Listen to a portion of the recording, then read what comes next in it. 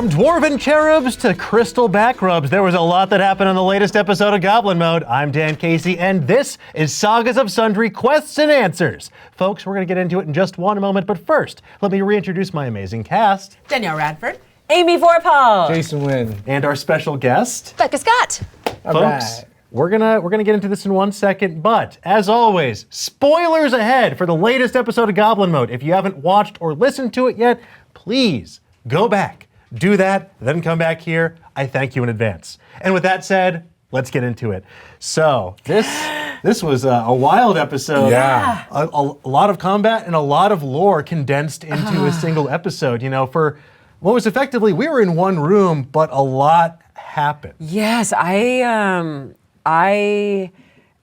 that went by so freaking fast to me. Like, I mean, I don't know how y'all are feeling, but yeah, you're doing math, you're like running through combat, and then all of a sudden Dan's guessing your very wish that you thought no one would know. Like, but you remember that you dropped a seed ages ago, and then you're crying. So yeah, there's some feelings happening for sure. Look, I came into this campaign with one goal: make Amy cry. Yes. Mission accomplished. We just went at it different ways.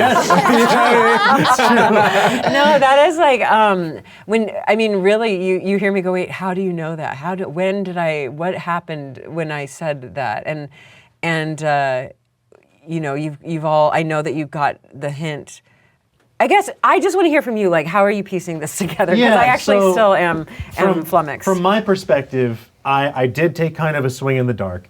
A lot of this has been about us seeking out the Sundari or their avatars or people that are connected to them. So, you know, this entity seemed very powerful, encased in this like giant rare crystal, something that to me would be worth a fortune, or you'd be very lucky to find it.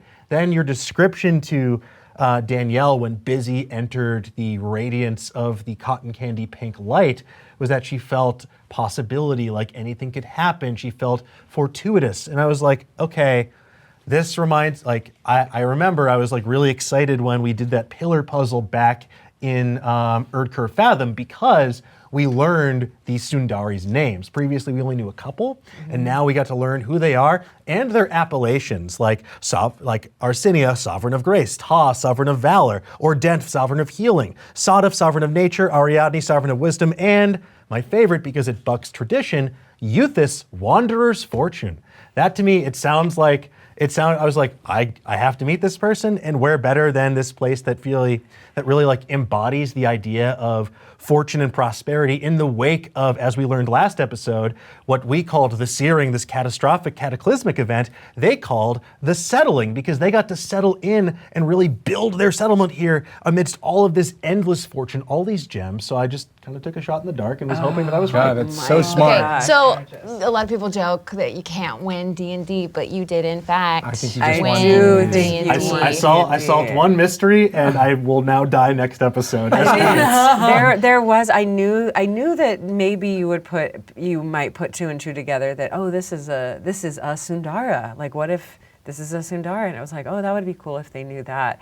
But to freaking nail it on the head with Euthis, so Becca, good. there's also like extra lore that there are five that are really well known, and then there's this random sixth that kind of isn't really talked about. There also is only 5 articles of 5 magic items, basically, not a sixth one. And so for you to guess Euthis, who is the kind of redheaded stepchild, is really freaking cool.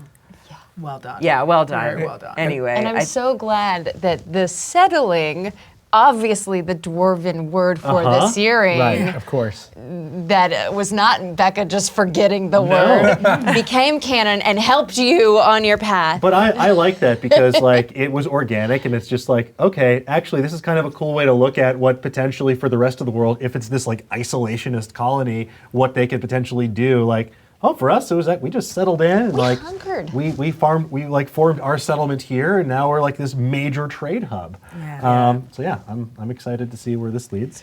I admit I'm a little disappointed that we didn't get to see where Tippy's plan led. Okay, it just goes to show difference in play styles. Yeah, What was Tippy's plan? Yeah, what was Well, Tippy's listen, plan? Tippy's plan, not understanding that there might be something very precious and important to the story and to the realm in general inside, was to catapult a stick of dynamite right into the middle and just pray that worked.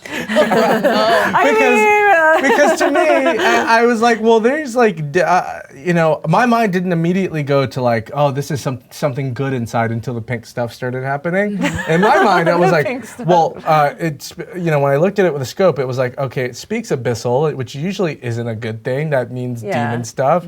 And then it's glowing red. And then there's these weird flesh imp demons all over it. It was a good context. Yeah, I was like, clue. well, I'm just gonna blow the whole damn thing up. I mean, that feels like it'll work. My hope was that it would have just blown Euthys out of her Right. painite crystal prison. Yeah. Mm. But who knows? Maybe you would just set the record straight and people would go back to think there's only 5 Sundari.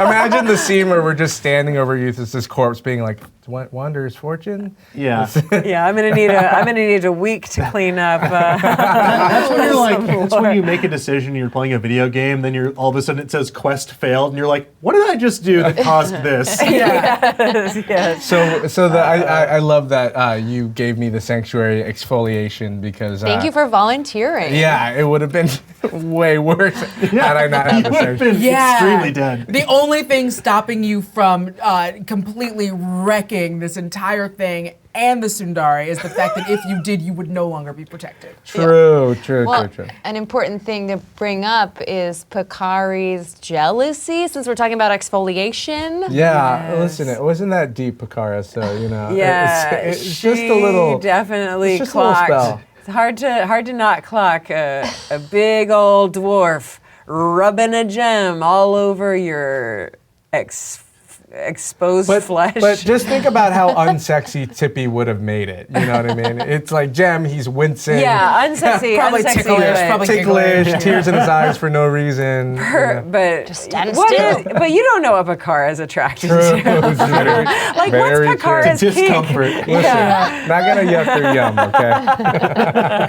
I do love too that Busy got the first look at the little light, the little shining light that flowed out and arguably was going to help. And you had that amazing move to communicate with the being inside that and was a draw cool that choice.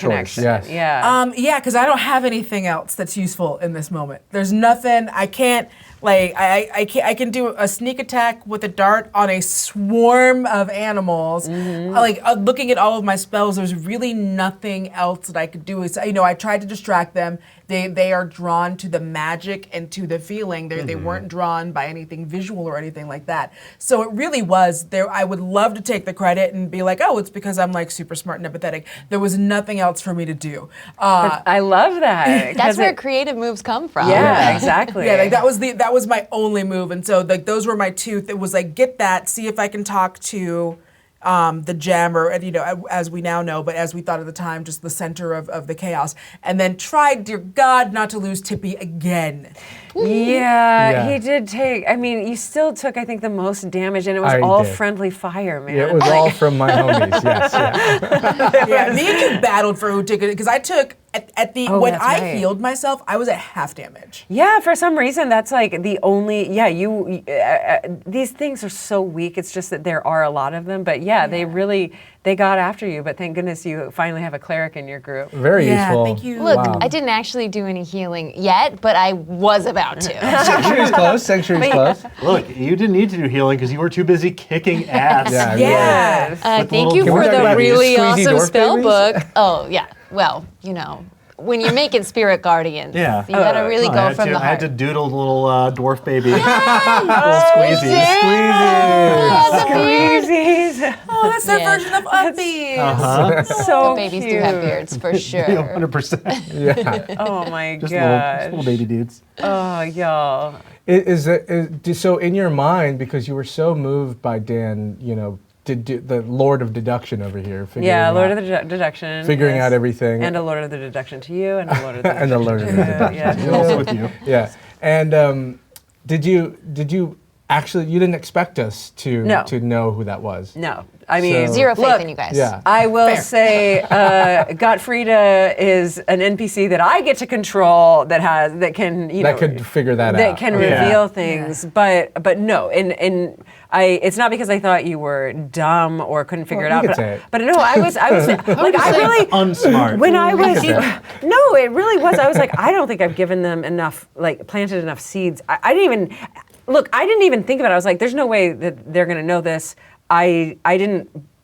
If I did anything, I buried the lead, and maybe they would pick up that Asa at the Sundari. Maybe they Yeah. would pick up that he's got the artifact from her, because there was a whole scene there. But yeah, Euthus was like a name on a bullet pointed list, and I was like, yeah, that's kind of it. So no, absolutely not. Not in my wildest dreams. If you couldn't tell from my facial expression. Yeah.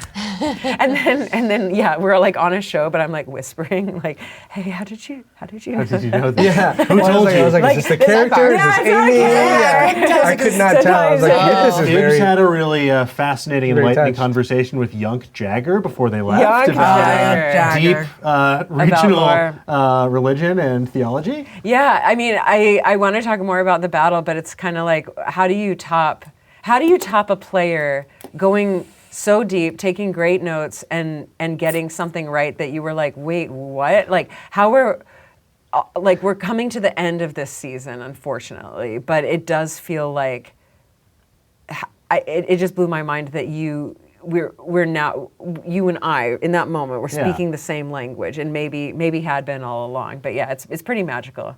Highly recommend that. I don't know how you do it, but yeah. Just take notes, kids. That's all you have Take to do. notes. You Pay did tell attention. me at the beginning of the game, you're like, I'm going to take notes, and I was like, oh well, you don't want to spend all your time. It's going to be on camera. Maybe you don't have to spend all your time like writing stuff down or anything like that. And you're like, no. I think it's important. I've played in games before, and the person who does take the notes like really triumphs. And I was like, okay, but I couldn't have ever guessed that it was going to end in a cry fest. My most recent campaign that I played, my home game, I took 0 notes, and I always felt like an ass when it was an NPC we'd met 100 times before, and I'm like, hey, it's Jeff, I guess. Yeah. No, it was just it felt like it deflated some of the moments and deflated some of the potential for drama, and I didn't want to do that here, because I know how hard you've worked on this, and it makes me more invested too. And I'm like, well, okay, this is probably going to be important. I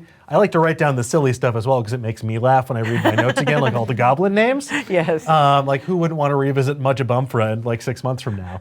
But I also want to make sure I'm not forgetting the big important stuff, because it's been seeded since episode 1. Literally, the very first conversation we overheard, the Yesterdusters talking about these relics that, spoiler, became very important to our lives and the fate of the world. So I'm trying to be an active player and pay attention with this. Well, hell yes. I don't know.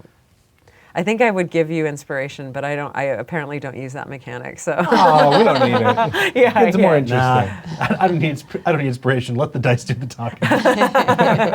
I'm too blessed to be Our stressed. dice are Even with the inspired. placebo. To be fair, you can make up. I made up for all the times you didn't give inspiration by totally cheating on not holding concentration on the bless. concentration. Yes.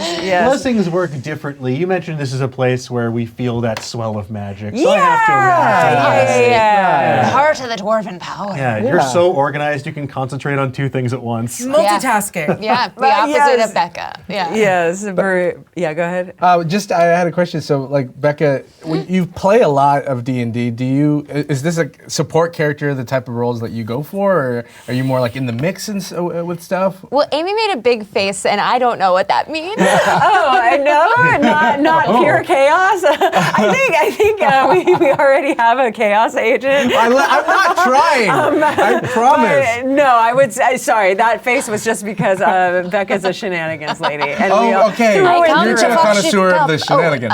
Yes, We you can may curse. say it, Yes, I come to it up. Yes, But yes, yes. because I was given a cleric, I was like, I will try and choose responsible spells instead of just throwing dynamite into the middle of a pile. Right, okay, But that is okay. my preferred place. Okay. It's nice to know there's another like-minded person I'm here. giving you this dynamite because it's what I want to do. Yeah, that is when I was like, Brignius, what do you think? She's like, well, yeah, I think it'd be irresponsible not to have dynamite. Yes, and You should put it in that fissure. D&D is improv, and saying Yeah. no to someone's heart's desire Yeah. when that desire is dynamite. Just want a little dynamite. As a treat. All the fun. I didn't even use it. Yeah, treat yourself. Don't worry, Chekhov's you'll dynamite. remember it in like 2 encounters from now, and you'll be like, wait a minute, I know what I have. We start the next session, and I'm holding it sizzling down. Oh my god. Gun Tippy, you know what you have to do. I do like all the justification. No, it's a bonus action, and it wasn't really my gun. It's my Eldritch Cannon. I just and, needed like, you to know that the sanctuary Yeah. wasn't going to go away, and I wasn't going to die again. Every at my own peril. episode, Amy dies a little inside, realizing what the Artificer class kit is capable Yeah. of. It's true. I mean, it's my Yeah. first time as Artificer, and they've got some tricks. Well, because you have like rangers get familiars, and then they just get these like familiars that kind of can like fly and see things, or they can maybe attack a little. But it's like you get kind of 2 familiars. They each can attack and do damage on I think the homunculus acts independently of you. I could cast my spells through it. Yeah, and it's like, okay. Like when he first got these spells, and he was saying, "Hey, I get this," and my text back was like, "What? No, haha, no, what? What's happening now?" I have to beat that. Yes. Well, we're going to find out what other hijinks that Tippy and the rest of his Artificer kit can get up to, and what we're going to learn about Euthus and the other Sundari next episode on Sagas of Sundry Goblin Mode. Thank you so much for joining us on Quests and Answers. You can find the latest episode of Goblin Mode on Geek and Sundry and wherever fine podcasts are served. With that said, thank you for watching, listening, and we'll see you next time. Bye-bye. Bye.